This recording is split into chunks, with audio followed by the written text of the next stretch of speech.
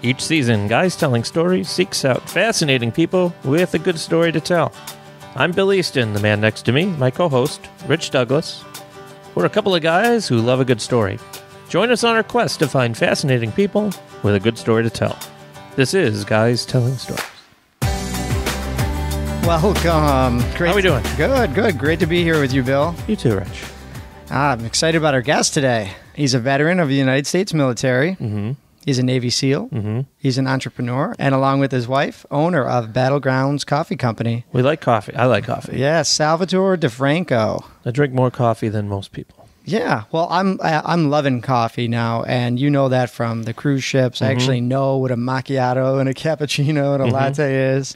And Sal's business is located, I think, just north of Boston, right? Yep, Haverhill. Yeah, not too far away. We'll ask him, but he's got quite the story for us today, Bill.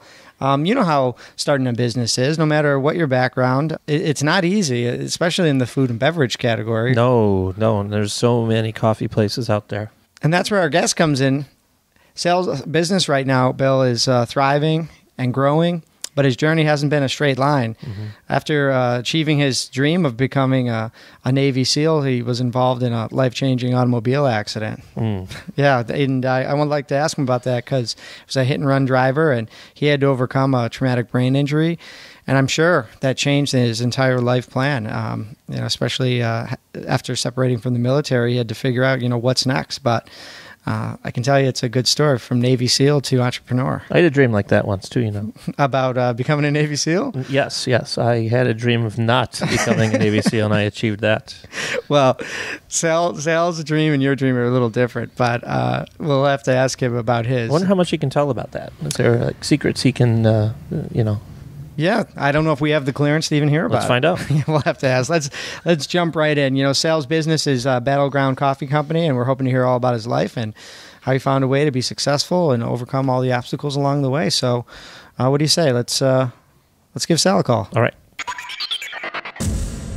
Hi, Sal. Welcome to the show. Hey, guys. Thanks for having me. Absolutely. Hey, so we always like to ask our guests where they are located right now. This is one of the ones we're doing online. So where you set up shop? Where do you call home? Yeah, great. So I live in Haverhill, Massachusetts, and I operate a business in Haverhill, Massachusetts as well. Yeah, not too far from Boston, right? Maybe 35, 40 minutes away? Yeah, so we're about 45 minutes north of Boston. We're in an area of Massachusetts called the Merrimack Valley.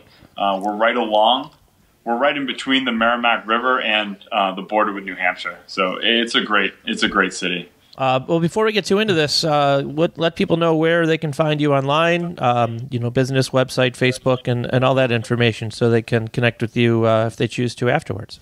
Yeah, great. So if you guys want to order any of our amazing coffee, you can go to www.battlecoffee.com.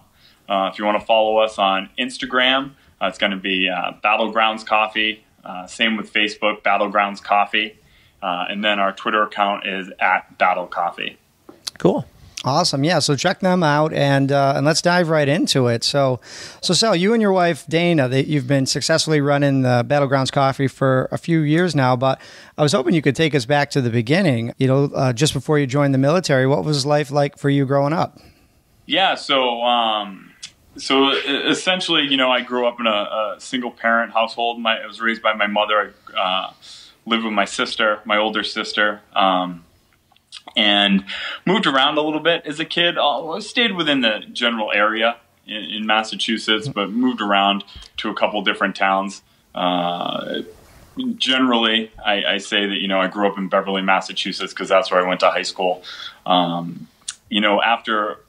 So I should actually go back. So, I was a sophomore when 9/11 had happened. Mm-hmm. And strangely enough, even before that, I had kind of made the decision that I was going to join the military, more specifically that I was going to become a Navy SEAL. It's something that I'd always wanted to do. I joke, people ask me, they say, when did you decide that you wanted to be a Navy SEAL? And the truth of it is, when I was younger, I saw Navy SEALs with Charlie Sheen. And it was in that moment, that's a true story. Yeah. It was in that moment that I decided, why would anybody want to do anything else? And so, I was younger. I would have my mom take me to the YMCA every day to, teach me how to swim. I'd be doing, pull-ups on the diving boards and things like that, thinking that would prepare me.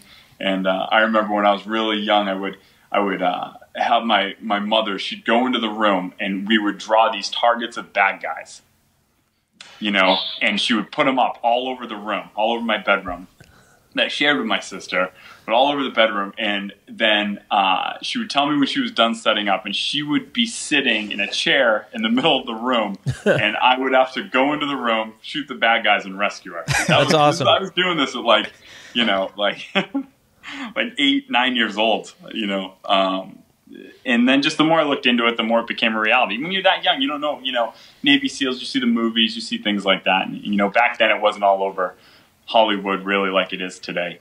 So you didn't have the exposure to it. Sounds like a fun drinking game we could play, right? Yeah. Make some bad guys, put them around the room. I'll be the guy sitting in the chair. Just sign me up. Those are some of my fondest memories growing up. Yeah.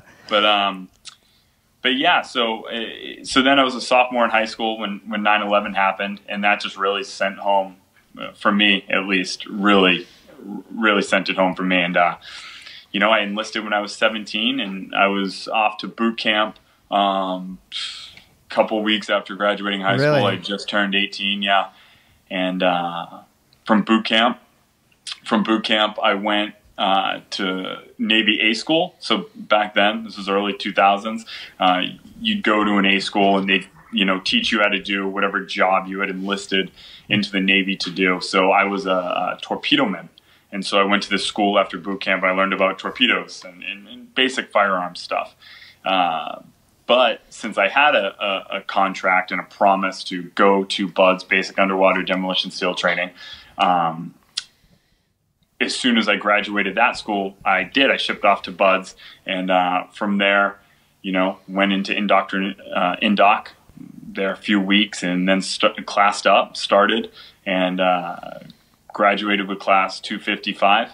And then from there, you go to Army Airborne School, which that story is a whole nother podcast. Well, let me ask you. I've heard it argued that it's actually harder to become a Navy SEAL than graduate from Harvard. And to put that another way, there are probably more Navy SEAls who could graduate from Harvard than Harvard grads who could become Navy SEAls. Oh, now, I like that. I like what you did there. My question is there anything a civilian could compare that application process, that training to in their own lives, those demands, those challenges? Sure. So that's interesting you say that. I know a lot of SEALs that have, transitioned out of the military and gone to Harvard and graduated successfully. I know of one SEAL who had graduated from Harvard and became a SEAL. But I know there's more guys out there, Yeah. A lot of people ask you that. They find out you're a team guy and they say things. They'll ask you all sorts of questions. Some are completely inappropriate, and others are. And others my turn's coming, so hang in there, Sal. And some are completely appropriate. And one of them is, is it, what's the secret to getting through? Is it as hard as everybody says it is? And I guess the answer to that is, it is kind of undescribable. Unless you go through it, you don't really understand how it could be that difficult.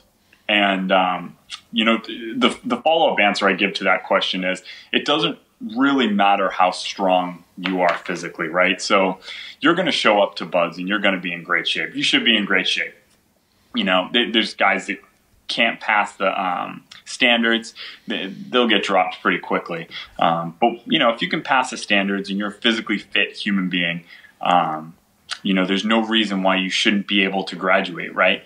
When I went in, I saw a guy, I think I was, 6 foot tall. I don't think I was even done growing yet. I think I was about 6 foot and maybe $180, soaking wet. I was a strong runner, but I don't think I could at that time, maybe even bench my body weight. And I would look across the pool and I'd see guys. I mean, they were physical specimens. I mean, these guys there was no reason they wouldn't make it. So, I'd look at them like, oh, that guy's going to make it. That guy's going to make it. We had a guy class up with us. I think he was a stand-in for the Olympic triathlon team. They're just incredible athletes, collegiate athletes. There were guys who were incredible. But then the second, third day, you don't see those guys anymore, And it just really shows you it doesn't matter how strong you are, because the training is going to push you beyond that. Oh, you're strong? You're stronger than this guy? Well, here, we're going to give you here. You take his rucksack, right? You carry 2 rucksacks, and you watch him next to you walk with no rucksacks. Wow. So, it's a lot of mental toughness. In my opinion, it comes down to how mentally tough you are, Yeah. how much you can take, and how much you're willing to put up with to achieve the mission. And that's what it comes down to, because that's what being a SEAL is all about, right? Accomplishing the mission at all costs, no quit, never out of the fight, win at all costs. And so that's what Buds does. It finds those guys. Were you a good student in high school? I was an average student. Okay. Yeah, I was an average student. I definitely didn't apply myself like I should have. It wasn't an issue with intelligence. It was an issue of, just where I wanted to spend my energy. Gotcha. Yeah. Now, is it called graduating? And when you finally are a SEAL, is that the correct word for it? Because I'm wondering what that moment would be like when you and the rest of the guys that made it are having a ceremony or what? Yeah. What is that? Yeah, I can tell you it's a great time. I tell you, if you ever get invited to a Buds graduation or an SQT graduation, definitely go. Yeah, because it's a great time. It's something special too. I'm a big fan of military tradition and the pomp and circumstance that kind of comes with that, right? That the flags and the ceremony. I've always really appreciated that stuff. But so you graduate Buds, and I think where did I leave off? You graduate Buds. When I was in, you went to Army Airborne School. Oh, excuse me. First, you went to cold weather training up in Alaska for a month. That was an incredible experience. Mm-hmm. If you haven't been to Alaska, it's like living in Lord of the Rings. I mean, everything is epic. Everything is so grand and so large. It's just everything is breathtaking, and that was some incredible training up there. And then from there, you go to Army Airborne School, which is nice because you come from arguably the most difficult military training in the world. You're in pretty good shape, so Army Airborne School was a lot of fun. It was a lot of fun. You're with the guys. You're kind of away from the Navy, so you're pushing the limits, seeing what you can get away with. Sure. You think you're untouchable, then it's a lot of fun. But and then after that, you go to SQ2, which is SEAL qualification training, and then you start getting into the more advanced weapons tactics, MAR-ops, air ops, all that sort of stuff. And once you complete that training, that's when there's the pinning ceremony and you get your SEAL Trident, and that's when you're, officially U.S. Navy SEAL. Wow. From there, you go to a SEAL team and start training with the SEAL team, and things just continue to ramp up. There's a saying in the SEAL Creed. There's a paragraph in the SEAL Creed. It says, it says, we demand discipline. We expect innovation. My teammates' lives and the success of our mission depend on my tactical skill, my technical proficiency, and my attention to detail. My training is never complete. And I think it's that last phrase, my training is never complete, that really holds true. You're never done. Once you become a SEAL, it only gets more challenging. You're constantly training. You're constantly under a microscope, and that's the way it should be. You're the United States of America's answer to its most difficult problems. Mm-hmm. That's awesome. Yeah, well, moving along in your story, did you actually end up going overseas? Because around this time, like you mentioned, there was quite a few different... There's a lot of conflicts. Yeah, conflicts going on in the world. Yeah, there was. I think the early to mid-2000s was there were definitely a lot of conflicts going on. I think it was the heat of the, Iraqi and Afghanistan conflicts. I was lucky enough to deploy with SEAL Team 3 to Iraq with some amazing individuals. It was an absolute honor to serve with them. It was an absolute honor to serve my country, and it's something that I think about every day. And it's definitely bittersweet, not being out of the military. but the experiences I had, overseas, and the experiences I had serving with the men that I was lucky enough to serve beside, that stuff is priceless. It's irreplaceable. Mm-hmm. So, and it's something you can always go back to. It's something, no matter how difficult things get or how challenging things are, it's something you can always go back to, it's something I'm very fortunate to have experienced. So, Sal, I know everybody has different exit strategies for business, but I think the term is separated. What was your story and how you separated from the military? Right. So it's actually pretty interesting. In 2008, I really didn't plan on leaving the Navy. I was very happy with my role. And I was looking forward to my future in the SEAL teams. Unfortunately, in 2008, in April of 2008, I was involved in a car accident, and I sustained a pretty significant head injury. I was in a coma for a few weeks. Wow. So it ended up taking a few years to recover from that. I was able to stay in the military and serve out my enlistment, but because of the deficit that came along with that brain injury at the time, I wasn't going to be an operator anymore. And so once I found that out, you weren't going to be an operator. That's when I kind of decided that it would probably be a good idea to separate. During that time in your life, I'm thinking friends, family, were they there to support you? What were those first steps where you were moving forward to the path of recovery? Yeah, so that's a good question. When that accident happened, so I was a pedestrian. It was just a hit and run. Mm-hmm. And, I thank God that I was in the SEAL teams because I was young, I was in great shape, and I think that really assisted in the recovery. Mm-hmm. I think I'm much more fortunate to be where I am now, considering the significance of that brain injury. And so I kind of credit my military experience to at that level for helping me overcome it.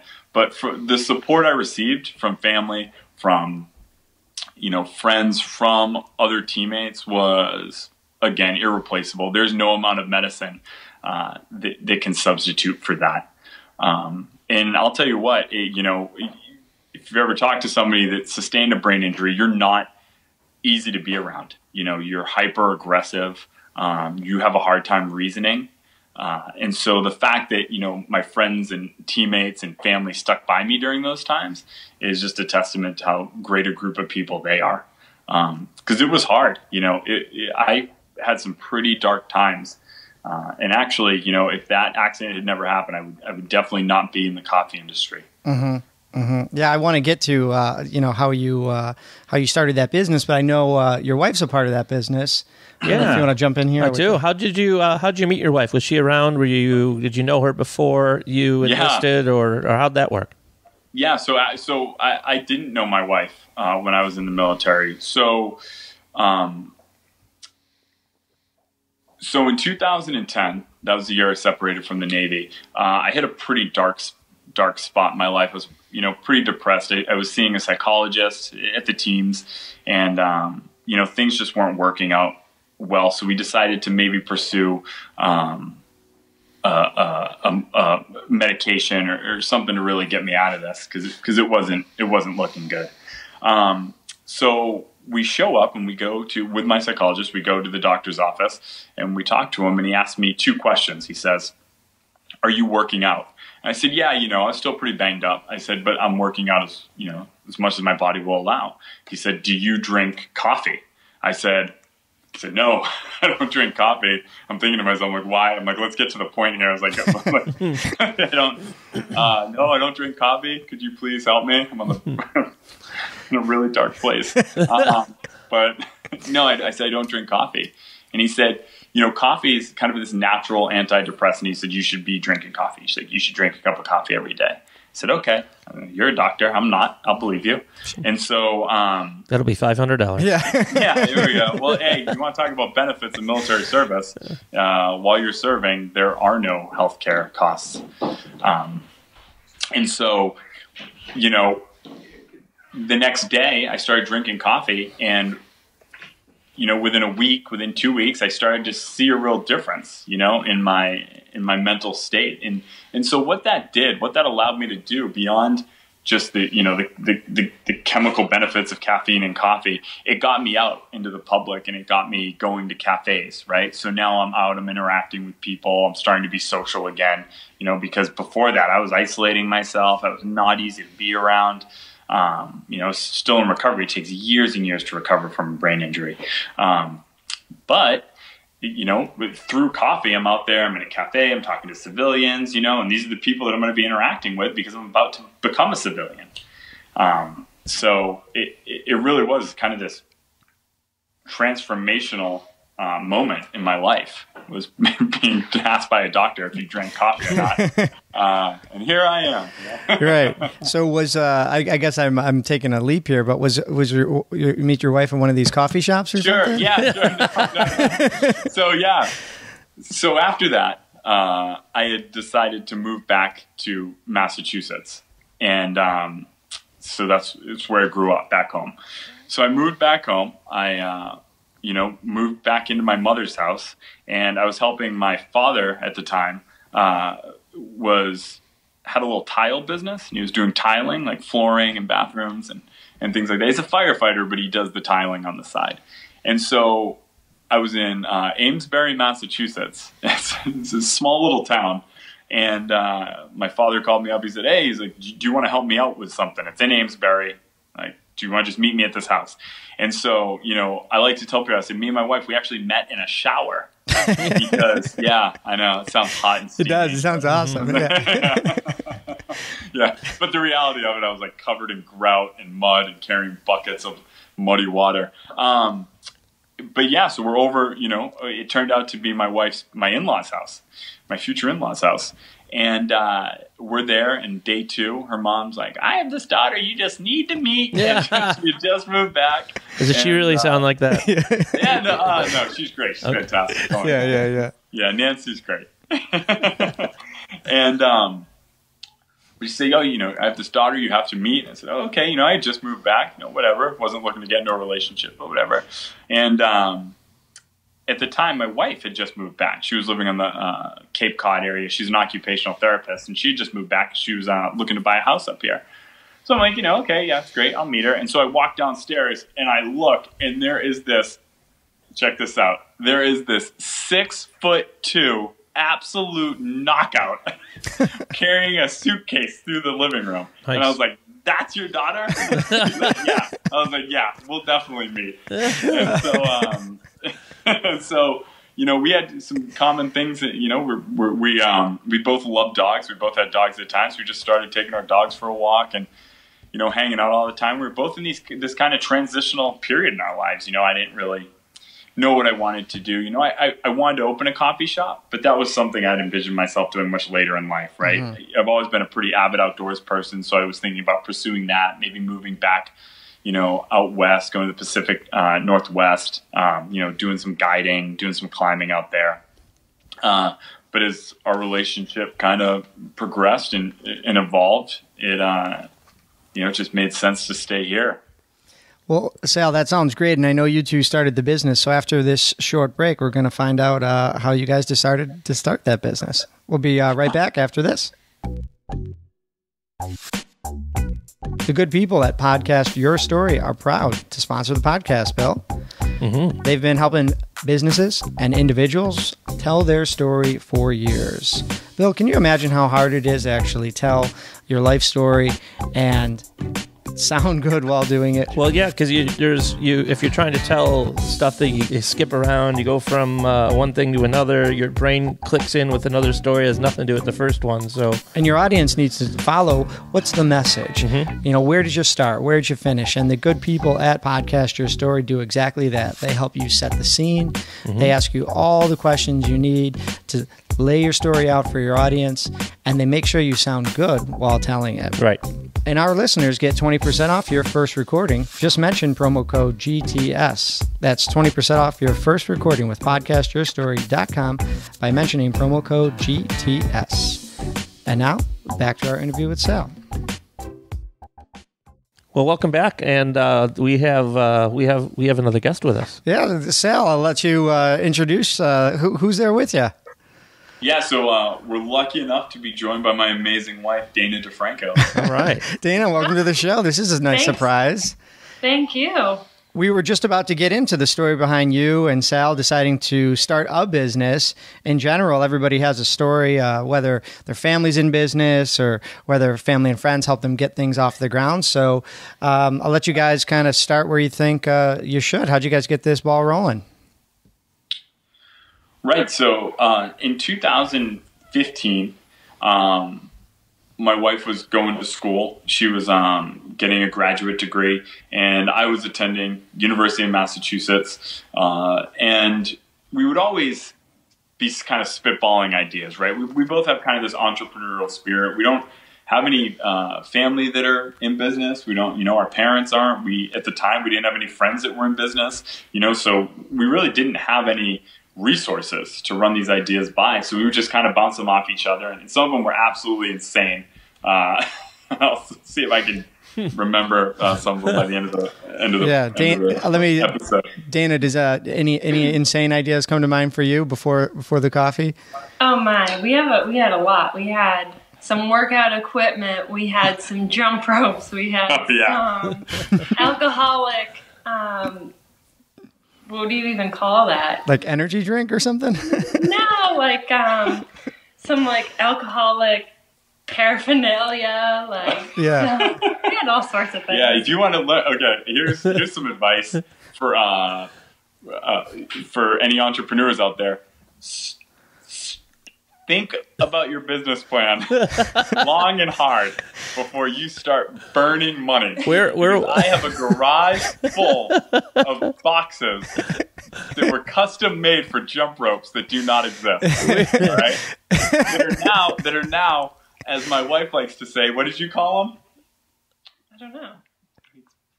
Oh, really expensive kindling. Really expensive kindling. Oh. Well, you're talking to two pros here. We've often looked before we leaped. I don't know if you want to jump in here with any of your stories, but bought a bus before I knew the state wouldn't let me drive it. So I don't know if that counts. The listeners know, but Bill bought this amazing tour bus, and from Florida, right? Was it Florida? It was an auction in Florida. I never saw it. Saw pictures. And for a good 2 seasons of the podcast, it's like, hey, Bill, any updates on the bus? And it's like, nope. But subject. Finally, it's off the ground running. He runs a business in town, Brew Bus, and he takes people around to breweries, all inclusive, VIP. Yep. There's been a lot of crazy ideas. 2 years. Yeah, I'm picturing your graduate, like you said, workout equipment. It's like I got a shake weight with a clock on it, and it's like that's not a good idea. No, it wasn't that, but that's a great idea. All right, I'm buying the .com right now. Well, so they all. Yeah, domain sites. Oh God. Oh man, I probably own about 50 domains. I call that online real estate. So you got your real estate. So you have these crazy ideas, and for some people that's almost an impediment. You don't take that next step in the real business because you've already had these hiccups along the way. So focusing in on Battlegrounds, before there's a name, before there's even a product, how'd you decide to get that ball rolling? Right. So actually, funny enough, it was a name came first. So my wife was driving down to one of her classes, and she texted me. She wrote something like, "No, I called you. I don't text and drive." There you go. Safety first. Yeah. So, well, in my memory, she texted me something along the lines of like Battlegrounds Cafe. That was it, just Battlegrounds Cafe. And I said, I love it. Let's do it. And so she came back home. I jumped in her car, and we just started driving around town looking for locations. We found a location, and we started to develop a business plan, and it just started to snowball. And then all of a sudden, we're in front of the bank. They're like, this is a rock solid business plan. We're running it by people. Everybody loves it. There was definitely a need within our town. And I think that, the reason that the coffee shop happened before, we had intended, was because there was a need. The stars were aligned in some sense that, we were both going to school and we were looking to get out of our house and go somewhere, glass of wine, real traditional Italian, espresso based drink. And we were having to drive 45 minutes to find that. And so, we said, listen, no one's going to do it for us. We should do it. And that's how it kind of kicked off. And then, having that conversation for a little bit, and she texts me, hey, Battlegrounds Cafe. I was like, love it. And it's interesting to see, how far we've come in just about 3 years. We've only actually been in business for a little over about 2 years, 1 month. But, we started planning it about 3 years ago. And so I was going through some old books and papers, because we had just, we recently bought a new house, and going through some books and just to see the original kind of, logos that I was coming up with, and t-shirt designs and stuff like that, to see where we are now. It's funny how quickly things change, because when I was drawing those things and I was coming up with those ideas, I was like, oh, this is perfect. Mm-hmm. And now I look back at them and I'm like, oh my God. Thank goodness we didn't do that. Go forward with that.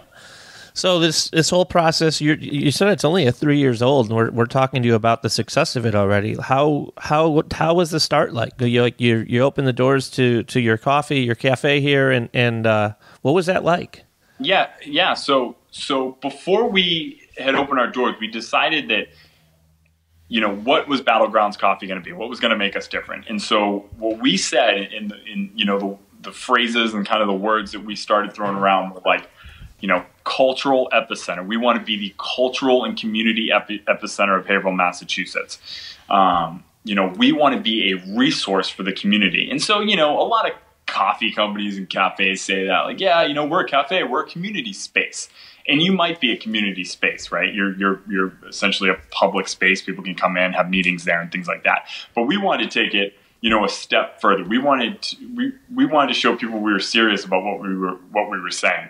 And so before we opened, or while we were actually, building out our space and building out the business, we were going and making connections and networking with local businesses, local politicians, local community groups, neighborhood groups. We would go up to them and say, hey, we're selling Dana DeFranco. We're opening Battlegrounds Coffee. We want to be a resource for you. We want to make your business better, your group better. We want to make things easier for you. How can we do that? Right. And so then, we start getting all sorts of kind of merchandise out there, t-shirts, signage. And, before we even opened our doors, we had this following because people felt a part of it, because, we're already networking with them. We're saying, hey, we're in this together. Let's do this together. How can we make things better for you? And so that's what really, I think that's honestly, the key to our success is it's a military term. I call it cultural engagement. We're out there, we're pounding the pavement, we're making, right now, my wife just got back from speaking at a Women in Business conference. 2 days ago, I was speaking at a University of Massachusetts Lowell event for veterans. And so it's things like that separate Battlegrounds, is that we're willing to put in the time and effort to truly make the communities we're in better. It's again, Bill was asking about the successes, and it sounds like things have been thriving. I always like to ask about the hurdles or obstacles. Is there anyone that you had to overcome along the way that you think you're better for? Yeah, I definitely think that coming from a military background, things in the military are a lot stricter, and there's a lot more accountability, and there's a lot more, there are consequences to your actions in the military. In the civilian world, not as much. So learning to deal with, employees. I was going to say, that's exactly what I was thinking. Now, with that being said, I will say that as it stands right now, Battlegrounds Coffee Company has the most outstanding employees that you could ever wish to have. I mean, these guys and girls, are incredible. They are running the shop flawlessly, and big shout out to them, because without them, Battlegrounds would not be nearly as successful as it is. That's awesome to hear. Yeah, but yeah, it was a learning curve. It took us some time to get the cream of the crop. Overstaffing when we first opened. Oh my God, we were overstaffed. Over-engineered. Definitely HR. And then negotiating. Right here, you are never been a business person before. Trying to negotiate with all your different vendors to get favorable terms. And they look at it like, you've never owned a business. You have no history of success. You have no history of, making payments to other vendors. So that was a challenge. But 2 years later, now we're negotiating the terms because we have that history of success and that track record of being good clients. What we've heard around here, especially a lot in the last few years, is people use the term veteran-owned or veteran-managed. Is that something that you use, and how has the military veteran community helped support you and your cafe? Right. So that's a great question. So when we were starting Battlegrounds, my wife and I decided that, we don't want Battlegrounds Coffee Company to be successful because I was a Navy SEAL. We wanted it to, in part be successful because of the skills and the things that I learned in the SEAL teams, right? So we don't want to be like Navy SEAL coffee and just kind of go off that gimmick. We didn't want to be a gimmick because I hate gimmicks. So what, we wanted to be successful on customer service because of our incredible customer service, because of our incredible product. I'm not going to, one thing we've kind of shied away from is grabbing that low hanging fruit that, come get some Navy SEAL coffee, official Navy SEAL coffee. Like, no. But you do that so well. Get some, do push-ups and pull-ups, and then drink our coffee. You'll be better. It doesn't, and so we weren't trying to do that. We were trying to succeed on our business, right? So, but obviously there is a special place in our heart for the military community. So, and we garner incredible support from that community. But we also support that community and we advocate for that community. So Battlegrounds has created veteran initiatives. Just last winter, and we'll be doing it again this winter, we created an initiative called Battle Veteran Homelessness, where we received, about $10,000 in donations, and then we got, another $10,000 in gift cards to local grocery stores. People were knitting hats and blankets, and they were, sleeping bags. We were getting things for veterans that were in need, to help them survive the winter. That's awesome. So we do a lot of things like that. Every Thursday, there's a veterans meeting. Francisco Urena, the head of Veterans Affairs from Massachusetts, is a regular at the cafe. We've been able to become pretty active politically as well. And so we host a lot of political events there, which allows us to, whenever we need something done, we can make those phone calls. Yeah, that's true. It sounds like, Sal, you guys, you have such momentum. I'm curious, what's next? Where do you see the company, a year from now, 2 years from now? What's right. Yeah, what's future plans? Yeah, so, like I kind of said earlier about looking back at those pictures and seeing how fast things change and how you really need to be willing to adapt to the change in climate and just, your industry. Battlegrounds, as it stands currently, we're in the process of opening our second location. Before this podcast, I was actually just on the phone with some equipment vendors getting that all set up. So hopefully that location should be opened by December of this year. But as we learned with our first location, add 20% to the timeline and 20% to the cost. See you in 2019. Yes. Yeah. So see you in January. So you guys are invited to the grand opening in January 2019. Okay. Oh, yeah. And then, we hope to have a third location up within a year after that. And then after that, right now we're contemplating the ideas of possibly licensing and franchising.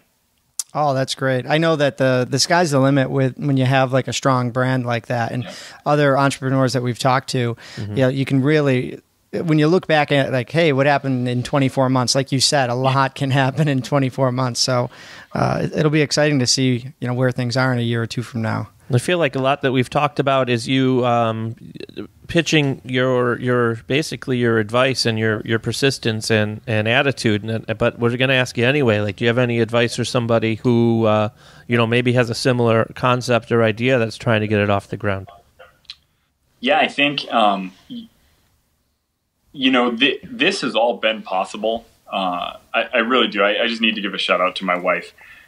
Without her, we would not be where we are. This was a true team effort because we have skills that the other one doesn't have, right? So we complement each other very well in a business sense. And I think that goes back to, building a strong team around you. It doesn't necessarily have to be a partner in the business, or it doesn't necessarily, have to be your wife or your spouse or, whatever. But definitely very early on, find a good accountant, find a good attorney, right? Find somebody who will poke holes in your business plan. Don't give your business plan to your friends and family because they're going to tell you it's the greatest thing ever. You're going to be a billionaire and everything's great, but it's not. Give it to somebody who will give you the truth of it, but will tell you where the mistakes are and what you really need to think about. Take advantage of programs out there. There's the, I know in Massachusetts, there's the SBDC, which is a Small Business Development Center. That is huge. Again, I'm going to say that, the Small Business Development Center. And there's another organization called SCORE. These are government programs, and they will look at your business plan to make sure that, that it's solid and that you're going to succeed. So, beyond building a strong team, beyond taking advantage of the free benefits that are out there and the free resources that are out there for you, I would say just, get ready for a grind. Get comfortable being uncomfortable. Get comfortable waking up in the middle of the night because there's a lot of stress that comes with running a business. And it doesn't matter how solid your business plan is, you're going to hit roadblocks and you're going to have to overcome them. And if you're willing to suck it up, right, and just put your head down and plow through, you'll be successful. I mean, look, the economy is booming right now, right? The entrepreneurship is at an all-time high. I'd say, if it's something you want to do, I say go for it. Great advice, Sal. Yeah, very inspirational. And again, Sal, can you remind people where they can go to find out more about you and the company online? Yeah, absolutely. So we got a pretty strong website. We got some videos up there. We have a few articles up there. You can purchase our coffee. We have some T-shirts, some mugs, some tumblers, stuff like that. You can go to www.battlecoffee.com. So it's BATTLECOFFEE.com. You can follow us on Facebook at Battlegrounds Cafe. You can follow us on Instagram at Battlegrounds Cafe. And you can follow us on Twitter at Battle Coffee. That's awesome. Great. Yeah, be sure to check them out. And if Dana, if you're still around, thank you. Yep. And Thank Sal, you. yeah, absolutely. To both of you, thanks so much for doing the show. Sal and Dana DeFranco. That was Bill. a lot of fun. They both had a lot of energy. Yeah, we're FaceTiming, so we can see them, and it was nice to have Dana jump on at the end. Mm-hmm. That was cool. Yeah, and they told us after the fact they not only have this expansion in the second location, they just bought a new house and they're furnishing that, and they are two busy people, but I couldn't be happier for them. Oh, it's great. Yeah, and what a great story to tell too, from going after his dream, joining the military, graduating as a Navy SEAL, serving your country, overcoming a huge, life-changing accident. experience. Yeah, and coming not only out the other end better for it, but meeting his wife along the way and starting a successful company. Well, a reminder to you out there, the listeners, if you know anyone with a fascinating story like Sal's, then send it our way. You can leave us a voicemail with suggestions for a guest or any feedback, and that number is 716-245-4GTS. I love that you did that. That's area code 716-245-4487. Let us know how we're doing. You can suggest a guest for us to have on the show, or just leave us a message to say hi. We love hearing from you, and we may even use your call on a future episode of Guys Telling Stories. Or we're going to get 24 people that call us and just say hi. If you do call, say your name and leave a number where we can get back to you, of course. And if you're new to the show, please be sure to tap subscribe on Apple Podcasts or wherever you get your podcasts. I'm going to call right now and say hi. Okay, well, let's wrap up this episode before you start leaving us messages. As always, I'm Rich Douglas. I'm Bill Easton. Till next time.